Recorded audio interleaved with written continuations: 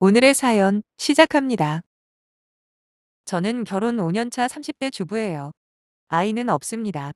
남편이나 저나 결혼하기 전부터 아이는 가지지 않기로 결정했거든요. 물론 요즘 뉴스를 보다 보면 출산율이 너무 낮더라고요. 왠지 모를 죄책감이 없지는 않지만 그렇다고 출산율 때문에 아이를 억지로 낳는 건 더 말이 안 되는 것 같네요. 단도직입적으로 말씀드려서 저는 이혼 가정에서 자랐습니다. 뭐 이혼할 수도 있다고 생각해요. 문제는 제 밑으로 11살 어린 남동생이 있었다는 거예요. 제가 고등학교 올라가자마자 부모님이 이혼하셨으니까 그 당시 남동생은 초등학교도 들어가기 전이었죠. 솔직히 두 분 중에 누가 더 큰 잘못이 있는지는 몰라요. 저희 남매 기준에는 두 분 다 똑같이 잘한 거 없다고 생각하거든요. 아버지는 가장으로서의 역할에 소홀하셨고 어머니는 엄마로서 제 역할을 못하셨으니까요. 무슨 사연이 있었는지는 모르겠지만 최소한 두 분 중 한 분이라도 저희 남매를 진심으로 사랑하고 미안한 마음을 느꼈다면 동생이 조금만 더 클 때까지 기다려 주셨을 겁니다. 별거를 해서라도 저희가 겪었을 고통을 줄여주실 수 있었을 텐데 결국 두 분은 이혼을 하셨고 저희 남매는 어머니랑 살았어요. 솔직히 살았다고 쓰긴 했지만 일주일에 어머니 얼굴을 볼 수 있는 날은 그리 많지 않았습니다. 왜냐하면 당시에 어머니에게는 만나는 남자분이 계셨거든요. 대부분의 시간을 그 집에서 보내는 어머니 때문에 언제나 남동생은 제가 돌봐야 했어요. 그나마 평일에는 동생을 챙기긴 했지만 주말이나 쉬는 날이면 여지없이 어머니는 없는 사람이나 마찬가지였어요. 덕분에 저는 동생과 놀아주느라 공부는 아예 할 수도 없는 상황이었네요. 생각해보세요. 그나마 저는 고등학생이라 어느 정도 버틸 수 있었지만 그 어린 나이에 동생 입장에서 얼마나 엄마의 사랑이 필요했겠습니까? 하지만 어머니는 남자에 빠져서 철저하게 동생을 외면하셨지요. 그때도 지금도 저한테 소홀했다는 사실보다 어린 동생을 그런 식으로 방치했다는 게 더더욱 밉습니다. 아마 이런 기억들 때문에 제가 아이를 갖기 싫은 건지도 모르겠네요. 아무튼 이후로 저는 남동생의 보호자로서 살 수밖에 없었고 정말 할 수 있는 건 다 했다고 자부할 수 있어요. 비록 누나가 아무리 애를 써도 결코 채울 수 없는 엄마의 빈자리는 있더라고요. 참으로 기구하게도 제가 20살이 될 무렵 어머니는 저희를 두고 사라지셨어요. 그나마 어떻게 연락이 되었는지 아버지가 저희를 데리고 가셨죠. 3년이라는 시간을 어머니와 살다가 갑자기 아버지랑 살려니까 정말 적응이 안 되더라고요. 그래도 어머니보다 아버지가 조금 낫긴 했습니다. 왜냐하면 그래도 성적이 정말 좋았던 저를 대학교에 보내주셨거든요. 대학교 졸업하자마자 저는 바로 모 중견기업에 특채로 입사하게 되었습니다. 4년 내내 저는 단 한순간도 마음이 편안했던 적이 없었어요. 비록 지금은 아버지가 옆에 있긴 하지만 언제 또 어머니처럼 저희 남매를 버릴지 모른다는 불안감이 가득했거든요. 그래서 죽어라 공부만 했습니다. 거기다 취업하는데 조금이라도 도움이 되는 건 다 했어요. 자격증부터 어학 점수까지 말이죠.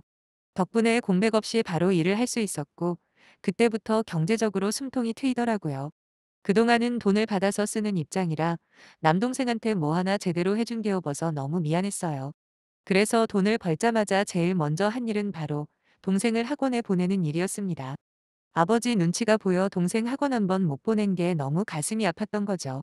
동시에 저도 제 나름대로 숨구멍을 찾기 위해 조금씩 노력도 했습니다. 한 달에 한두 번이긴 했지만 친구와 지인들을 만나 맥주도 한잔하고 그리고 가끔씩 영화도 보고 하면서 점점 사람 사는 것처럼 살기 시작했죠. 그러다 지금의 남편을 만났습니다. 남편과 저는 나이 차이가 조금 많이 나는 편이에요. 6살 차이거든요. 물론 남편 쪽이 연상이고요. 제가 다니는 회사 거래처에서 근무하던 남편은 정기적으로 저희 사무실에 들어와 업무 협의를 하고 있었는데 하루는 전체 회식을 한 적이 있어요. 그때 마침 제 옆에 남편이 앉았고 그렇게 세상 사는 이야기를 하다 보니까 생각보다 말이 잘 통하는 겁니다. 거기다 하필이면 그날 저랑 남편을 밀어주자는 분위기까지 만들어지는 바람에 남편과 저는 그날 이후로 급속도로 가까워졌어요. 그리고 한 달 만에 연인 사이로 발전했습니다. 바보같이 들릴지도 모르지만 저는 저와 남편이 운명이라고 믿었어요. 불우한 가정사를 가진 저를 누구보다 따뜻하게 위로해주고 안아주는 든든한 이 남자와 결혼을 꿈꾼 건 어찌 보면 당연한 수순이었을 겁니다. 사실 남편에게 저희 가정사를 말하기로 결심한 건 사정이 있습니다. 남편을 만나기 전 진지하게 만나던 남자친구가 있었거든요. 저는 굳이 좋아하는 사람에게 제 약점을 드러내기가 싫었어요. 그리고 동정받을까봐 무서웠고요. 그런데 나중에 제가 자라온 과정을 낱낱이 알게 된 그 남자는 자기를 일부러 속였다며 길길이 날뛰는 겁니다. 흔히 말하는 개거품을 문다고 하죠. 거의 그 수준이었어요. 심지어 저더러 사기까지 쳤다고 하더라고요. 그날 헤어지고 얼마나 자존심이 상했는지 모르실 거예요. 부모님이 이혼한 것도, 그리고 힘들게 동생이랑 살아온 것도 전부 저나 남동생이 뭘 잘못해서 그렇게 된 게 아닌데 사기범이라는 소리까지 듣고 가슴이 미어질 듯 하더군요. 그래서 남편과 사귀는 초기에 바로 이야기를 해버린 겁니다. 정말 좋았던 건 남편의 반응이었어요. 흔히 저의 가정사를 들은 사람들은 크게 두 가지로 나뉘거든요. 이상한 눈초리로 쳐다보는 부류와 저를 불쌍하게 바라보는 동정파, 이렇게요. 그런데 남편은 양쪽 어디에도 속하지 않았어요. 그냥 담담하게 있는 그대로 저를 받아들이더라고요. 어설픈 동정을 하는 것도 아니고, 그렇다고 저를 무슨 이상한 과거를 가진 사람 취급을 하지도 않았습니다. 힘들었을 텐데 그래도 잘 컸네. 딱 이 한마디가 전부였죠. 하지만 그 한마디가 그 어떤 장황한 말들보다 큰 위로가 되었어요. 딱 여기까지면 얼마나 좋겠습니까? 제 문제의 시발점도 역시 시가 쪽 사람들이에요. 사실 시부모님은 그냥 그러신 분들이십니다. 대한민국 평범한 60대 중산층이시죠. 그나마 시어머니가 결혼 전에 남편한테 딱 한 번 그러셨답니다. 힘들게 자란 사람일수록 가슴에 응어리진 게 많은데 그거 생각보다 감당하기 어렵다고 하시면서 남편에게 저를 만나는 걸 다시 한번 생각해 보라고 하셨다더군요. 물론 남편은 아랑곳하지 않았고 저와 결혼을 강행했고요. 시아버지께서는 저를 아껴주시는 편입니다. 문제는 바로 시누이였죠. 남편보다 3살 많은 시누이는 한마디로 싸가지 그 자체입니다. 무슨 정신으로 사는지 모르겠어요. 그런 시누이랑 결혼한 시매부도 이해가 안 되고, 남편은 그렇게 잘 키워놓고 시누이는 왜 저딴 식으로 키웠는지도 불가사의하네요. 그래도 결혼하고 애 낳고 잘 산다는 시누이와 마주칠 일은 별로 없어서 별 상관 안 했어요. 그나마 명절이나 시부모님 생신날에 한 번씩 저를 보고 시비를 걸 때도 남편이 알아서 커트해줬고요. 거기다 그때만 해도 시어머니는 시누이가 제가 정사를 가지고 비꼬거나 비아냥거릴 때면 저를 대신에 한 소리 해주셔서 시누이 빼고는 아무 문제 없는 줄 알고 잘하려 애쓰며 살았습니다. 결정적으로 저희 부부가 아이를 낳지 않겠다는 결정을 말씀드렸을 때 비록 아쉬워하는 기색은 보이셨지만 딱 그때뿐이었고, 그 후로 다른 말씀은 없었어요. 그러다 보니 저는 시부모님을 친부모님처럼 생각하며 진심을 다해 따랐습니다. 남편과 상의 끝에 매달 시부모님께 용돈도 50만 원씩 챙겨드렸고요. 이런 제 모습을 보고 동생도 제가 좋은 집안에 시집을 간 것 같다며 함께 기뻐해 주더군요. 하지만 저는 저대로 동생한테 미안한 마음이 컸습니다. 이제 갓 20살 넘은 애를 아버지에게 맡겨두고 저 혼자만 도망친 기분이 들었었거든요. 동시에 혼자 어떻게든 자리를 잡아보겠다고 아둥바둥 노력하는 동생의 모습이 애처로울 뿐이었죠. 그래서 동생에게 도움을 주려고 몇 번 용돈도 찔러주곤 했는데 그때마다 동생은 제 손길을 거부하더군요. 괜히 오해 산다고요. 누나는 이제 결혼했으니 매형이랑 잘 사는데 집중을 하라고 합니다. 동생은 어려서부터 눈치밥을 많이 먹어서 그런가 철이 빨리 들었거든요. 남편도 그런 사정을 알았지만 본인이 싫다는 게 억지로 도와줄 수는 없는 거잖아요. 그러던 어느 날 남편이 저한테 그러더라고요. 시부모님한테 매달 용돈을 드리는 만큼은 아니지만 그래도 처남을 위해 따로 돈을 좀 모아두자고요. 그래서 나중에 목돈으로 주면 그 나름대로 의미가 있지 않겠냐고 말하는데, 제가 부모복은 없어도 형제복이랑 남편복은 있구나 싶었네요. 그렇게 남편과 합의하에 다달이 30만 원씩 따로 통장에 모아두기 시작했습니다. 시부모님 용돈을 계좌이체하면서 동생한테 줄 돈을 따로 빼놓은 거죠. 제가 결혼하고 1년쯤인가 지났을 무렵 동생이 군대를 갔습니다. 솔직히 저는 남동생이 어떻게 해서든 대학에 가기를 바랬어요. 하지만 아버지께서 이제 그 정도 돈은 없다고 하신 데다 동생이 극구 대학에 뜻이 없다고 강경하게 나오더라고요. 그래서 동생은 군대부터 다녀오겠다고 한 거예요. 이윽고 동생이 전역할 무렵 엄청난 선물을 들고 찾아왔더군요. 그건 바로 공무원 9급 시험에 합격을 했다는 소식이었어요. 행정병으로 복무를 하면서 시간 날 때마다 짬짬이 공부를 했다는데 그냥 실력 테스트 겸 쳐본 시험에 덜컥 합격을 했답니다. 괜히 저한테 공무원 시험 준비한다 말을 하게 되면 자기보다 더 설레발 칠 뻔해서 비밀로 했다고 싱긋 웃는 동생이 얼마나 대견하던지요. 정말 제가 입사했을 때보다 몇 배는 더 기쁘고 자랑스러웠습니다. 사실 동생이 군대에 있는 동안 면회도 종종 갔었고 휴가 나왔을 때는 저희 집에서 며칠씩 묵고 가고 했는데도 전혀 몰랐네요. 동생에 대해서 많이 안다고 생각했는데 그게 아니었어요. 하지만 진짜 문제는 앞으로 동생이 지낼 곳을 마련해야 한다는 거였죠. 남편은 여건이 마련될 때까지 저희 집에서 같이 지내자고도 했지만 동생은 한사코 거부하더라고요. 자기는 신세지기가 싫다며 그냥 아버지 집에서 출퇴근을 하면 된답니다. 하지만 제가 알기로는 아버지 집에서 동생이 근무지까지 가는 데만 1시간 반이 넘게 걸리거든요. 저한테 터놓고 말은 못하는 눈치였지만 전전긍긍하는 게 동생 얼굴에 역력하더라고요. 그런 동생을 보며 드디어 누나로서 도와줄 수 있겠다 생각이 들었죠. 그래서 그동안 모아놓은 돈을 확인해 보니 3년 가까이 모아놨던 돈이 1200만 원 정도가 되었습니다. 거기에 남편이 300만 원 보탰고 동생에게 1500만 원을 주며 그랬습니다. 이번에도 안 받는다 그러면 다신 얼굴 볼 생각하지 말라고요. 때로는 도움을 받는 것도 상대방에 대한 예의라고까지 말을 했더니 동생은 고맙다며 인사를 하더라고요. 그 돈으로 충분하지는 않겠지만 그래도 직장 근처에 원룸어질 때 월세 보증금에 보태면 어느 정도 힘은 될 거라고 했어요. 동생은 저와 남편에게 정말 고맙다며 꼭 갚겠다고 한마디 했다가 남편한테 또 혼이 났네요. 그런데 생각지도 않은 타이밍에 사건이 발생했습니다. 오랜만에 시가에 모여 고기를 구워 먹는 자리가 있었는데 그날 남편이 기분이 좋았는지 술을 제법 마신 겁니다. 어떻게 하다가 저희 동생 이야기가 나왔는데 군대에서 공무원 시험 준비를 해서 결국 합격을 했다는 이야기를 마치 자신의 일처럼 자랑을 하더라고요.